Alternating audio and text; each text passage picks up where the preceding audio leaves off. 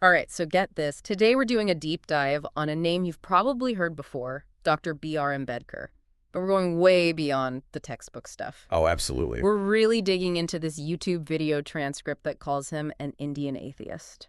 Okay, yeah. And trust me, things get really interesting. You see, to really understand Ambedkar, Yeah. you have to understand his relationship with religion, especially in the context of the Indian caste system, Right. which he dedicated his life to dismantling. And speaking of the caste system, this video does not hold back. No. It paints a really stark picture of the discrimination that Ambedkar faced. And honestly, it's jarring. Yeah. Imagine being told that your shadow is polluting, Wow. that your shadow can't touch someone of a higher caste. Yeah. That's the level of prejudice that we're talking about here. It's difficult to really grasp the magnitude of that dehumanization. Yeah. The video actually recounts this chilling anecdote where Ambedkar, as a young boy in school, just desperate for a drink of water, Oh, wow. is forbidden from touching the pitcher. Oh, my gosh. A school peon had to pour the water from a distance because even his touch was considered contaminating. Whoa, I'd heard about the discrimination, of course, but that specific detail is just wow. Yeah, It really highlights the systematic nature of it all, doesn't it? exactly. This wasn't just like a one-off event. It was ingrained in every aspect of daily life. Exactly, and it didn't stop at water or at school. Right.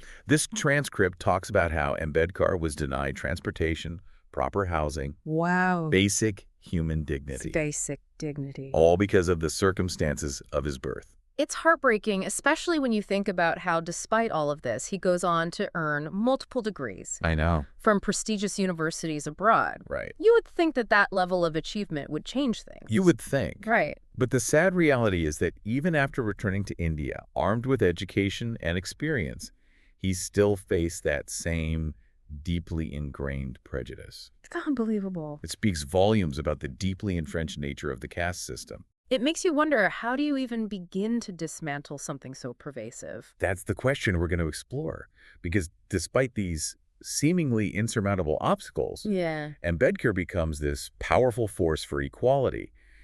And the transcript really hints at this incredible journey of resilience. And one of the most fascinating things about that journey is his evolving relationship with religion.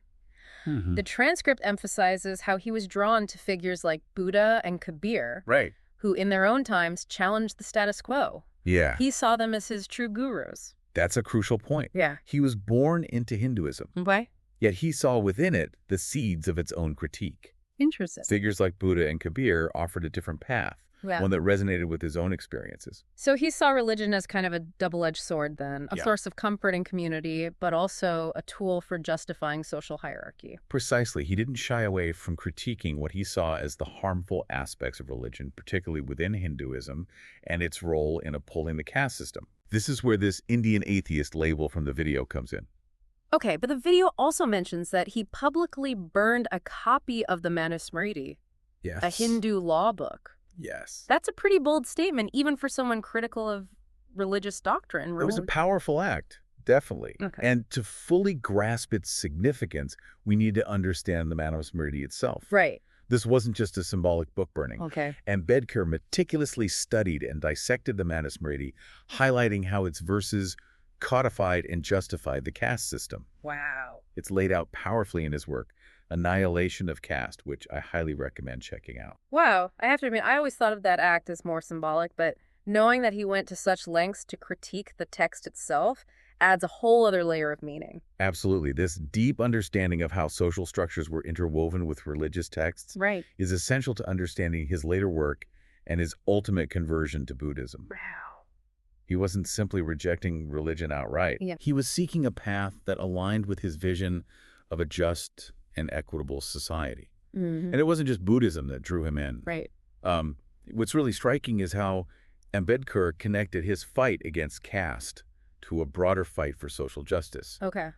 advocating fiercely for those who are marginalized. Yeah. The video really drives home his dedication to uplifting everyone, not just Dalits. Right. I was especially struck by his work on women's rights. Yeah. It's easy to forget how groundbreaking his stance was back then. Absolutely. Ambedkar saw the plight of women as inextricably linked to the caste system. Wow. He recognized how both systems relied on similar power structures, limiting opportunities, and denying basic rights. It's amazing, right? Yeah. Think about it. Without Ambedkar, the landscape of women's rights in India might look very different today. Yeah, he really was ahead of his time, and this commitment to social justice wasn't limited to activism. Right, It permeated his scholarship, particularly his legal work, right. which ultimately led to his pivotal role in shaping the Indian Constitution. Right, he wasn't just some figurehead. No. The video points out that he chaired the Constitution Drafting Committee. Yeah. That's a huge responsibility, especially considering the power dynamics at play in newly independent India. It's a testament to his intellect and the respect he'd garnered. Yeah. He brought to that role his lived experience, his deep understanding of inequality, and the potential for abuse, ensuring safeguards were woven into the fabric of India's democracy. And he was particularly focused on protecting the rights of minorities, wasn't he? Absolutely. He understood the dangers of unchecked power and majority rule. Yeah. His work on the Constitution reflects this deep concern, advocating for proportional representation, reserved seats, and legal protections for marginalized communities. So fascinating how everything we've discussed, his experiences with discrimination, his evolving religious views, his fight for the marginalized, Right. it all culminated in this monumental task of shaping a nation's future. Exactly. It highlights how personal history can intersect with national identity, particularly during such a pivotal time. Yeah. And speaking of national identity, this video doesn't shy away from the fact that Ambedkar is a controversial figure even today. Right. He's called a villain by some and a hero by others. That's such a crucial point. It's a reminder that history is rarely black and white. Right. And honestly, that complexity is what makes his story so compelling. Yeah. But perhaps the most significant controversy, at least according to the video, is his relationship with Gandhi. Yes. Their clash over separate electorates for Dalits is well documented. It's a nuanced issue that often gets simplified, so it's important to delve into the context. Okay, so for those of us who need a refresher, Right. what exactly were separate electorates, and why were they such a point of contention between Ambedkar and Gandhi? In essence, Ambedkar believed that separate electorates, meaning Dalits, would vote only for Dalit candidates, Okay. were crucial for true representation. Hmm. He argued that within the general electorate, Dalit voices would be drowned out, their concerns sidelined. He was concerned about the power imbalances within the existing system, right? Yes. Like, how could true equality exist if certain groups were always on the back foot politically? Exactly. Ambedkar saw this as a systemic issue, Right. not just about individual prejudice. Okay. He argued that without a guaranteed political voice, Dalits would remain vulnerable to exploitation and discrimination. That makes sense. So where did Gandhi stand on this? Gandhi vehemently opposed separate electorates. Hmm. He believed they would further divide society, hindering the unity that he envisioned for an independent India. Okay. He argued for a unified electorate with reserved seats for Dalits within it. So two leaders both fighting for equality and justice, but with drastically different approaches. Yes. It sounds like a recipe for conflict. It was, and it really came to a head with Gandhi's famous fast in 1932. Right. Remember, Gandhi used fasting as a powerful political tool. Yeah. In this case, he framed his fast as a plea for unity, putting immense pressure on Ambedkar to back down from his demand for separate electorates. Wow. Talk about high stakes. Yeah. What did Ambedkar do? Did he hold his ground? It was an incredibly difficult position for him to be in. I bet. On the one hand, he fundamentally disagreed with Gandhi's approach, believing it wouldn't lead to genuine representation for Dalits. Right.